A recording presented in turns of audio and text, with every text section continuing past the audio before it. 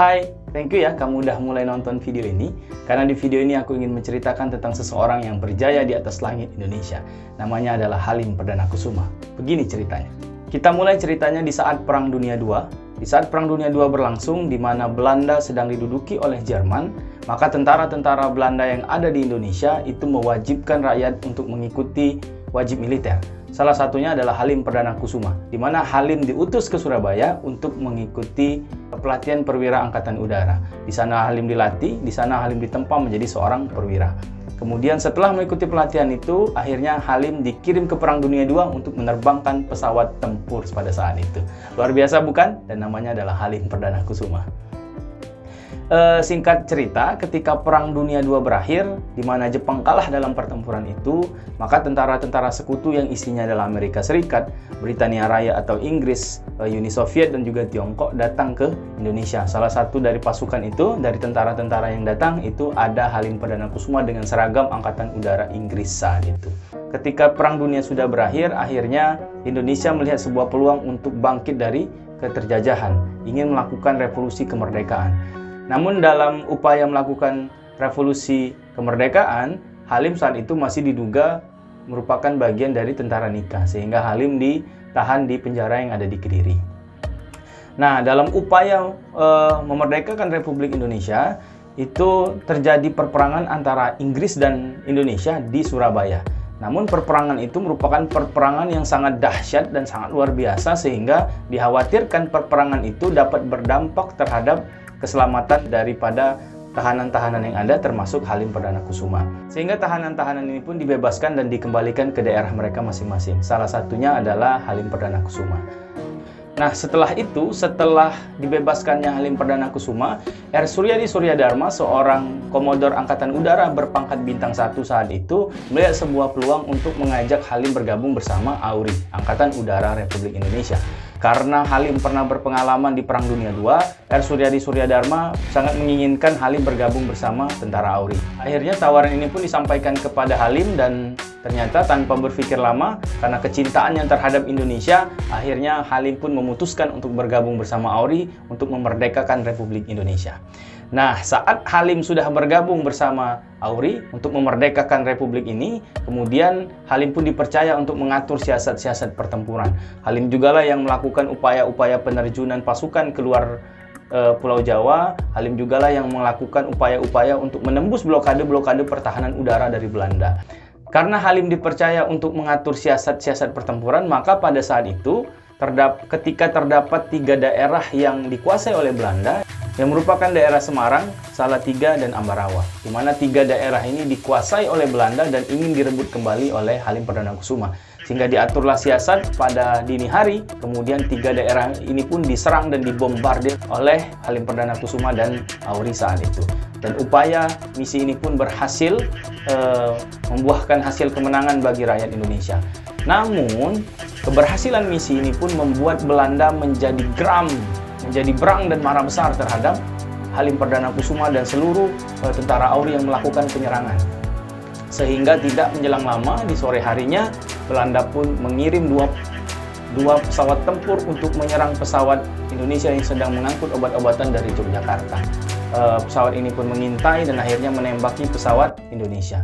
Karena itu, akhirnya pesawat Indonesia pun terjatuh, sehingga menimbulkan korban 3 orang korban yang merupakan pelopor dari pendiri AURI. Salah satunya adalah Adi Sucipto, yang kini namanya diabadikan sebagai bandara internasional yang ada di Yogyakarta. Berita ditembaknya pesawat Indonesia oleh pesawat tempur dari Belanda ini kemudian membuat rakyat Indonesia bersedih akan berita ini, terkhusus bagi Halim Perdana Kusuma, karena ini merupakan upaya balas dendam Belanda akibat serangan yang dilakukan Halim pada dini hari. Tentu Halim terpukul dan Halim sangat bersedih saat itu. Namun, mau tidak mau, suka tidak suka, demi kepentingan kemerdekaan Republik Indonesia, Halim pun harus bangkit dari kesedihannya, dan akhirnya Halim pun menerima posisi untuk menggantikan Adi Sucipto sebagai Wakil Staf Angkatan Udara. Setelah Halim menerima itu pun, tidak berselang lama, Halim memutuskan untuk menikahi seorang wanita untuk menjadi pendamping hidupnya. Nah, setelah Halim berupaya untuk bangkit, setelah Halim bangkit dan mengisi posisi sebagai wakil staf Angkatan Udara, juga sudah menikah, Halim pun memutuskan untuk melakukan upaya-upaya ekspansi. Upaya ekspansi yang dilakukan oleh Halim Perdana Kusuma ini adalah membentuk Angkatan Udara yang ada di Sumatera. Karena Sumatera juga merupakan daerah yang potensial untuk terdapat Angkatan Udara. Upaya-upaya dilakukan, salah satunya seperti mengangkut persenjataan-persenjataan dari luar negeri ke Indonesia, menembus blokade-blokade pertahanan Belanda, dan masih banyak lagi. Sehingga upaya yang dilakukan oleh Halim Perdana Kusuma dan tentara AURI ini mengundang simpati masyarakat untuk ikut andil dalam upaya ini. Kemudian masyarakat beserta tentara AURI pun memutuskan untuk urunan dana, untuk mengumpulkan dana untuk membeli sebuah pesawat, dan kira-kira terkumpullah dana sebanyak 12 kg emas murni, dan akhirnya terbelilah sebuah pesawat yang diberi nama RI-003. Pesawat RI-003 ini dibeli dari urunan dana yang dilakukan oleh masyarakat dan tentara AURI, kemudian digunakan oleh Halim Perdana Kusuma dan Opsir Iswahyudi untuk terbang ke Bangkok. Mereka terbang ke Bangkok bukan hanya untuk menghantarkan si penjual pesawat ini, mereka juga untuk melakukan penjajakan senjata-senjata yang ada di sana untuk upaya ekspansi berikutnya. Setelah mereka terbang ke sana dan kemudian melaksanakan misi mereka, akhirnya mereka pun memutuskan untuk pulang kembali ke Indonesia. Namun di saat perjalanan pulang, ternyata cuaca sedang buruk dan mengakibatkan pesawat RI-003 ini pun terjatuh di salah satu pantai yang ada di Malaysia. Sehingga Halim Perdana Kusuma dan Opsir Iswahyudi pun gugur di dalam perjalanan itu. Berita ini pun sampai ke Indonesia dan tentu rakyat Indonesia menjadi bersedih karena berita ini. Dan bukan hanya itu, berita ini juga menjadi berita yang booming di kancah internasional karena banyak negara-negara yang memuat berita kecelakaan pesawat ini yang menewaskan Halim Perdana Kusuma. Dan kepergian Halim itu meninggalkan seorang istri yang mengandung dengan usia 4 bulan. Namun jauh sebelum kejadian itu, Halim pernah bercerita dengan istrinya bahwa dia memiliki seorang sahabat di saat Perang Dunia II dan sahabatnya ini gugur di dalam pertempuran itu. Nama sahabatnya adalah Ian Santoso, di mana dia sangat menginginkan ketika dia mempunyai anak diberi nama dengan nama Ian Santoso. Dan ketika istrinya melahirkan, ternyata bayi yang lahir adalah bayi laki-laki dan bayi laki-laki ini pun diberi nama Ian Santoso.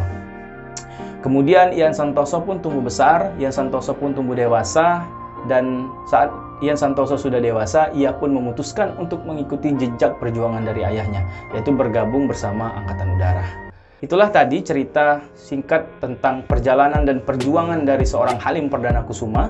Mudah-mudahan di kemerdekaan Indonesia yang ke-77 tahun ini dapat melahirkan pahlawan-pahlawan baru, dapat memunculkan Halim-Halim yang baru, tentu dengan kemampuan dan basic keahlian masing-masing, dan mudah-mudahan pahlawan itu adalah kita semua. Kamu boleh untuk like, komen, subscribe, dan share video ini.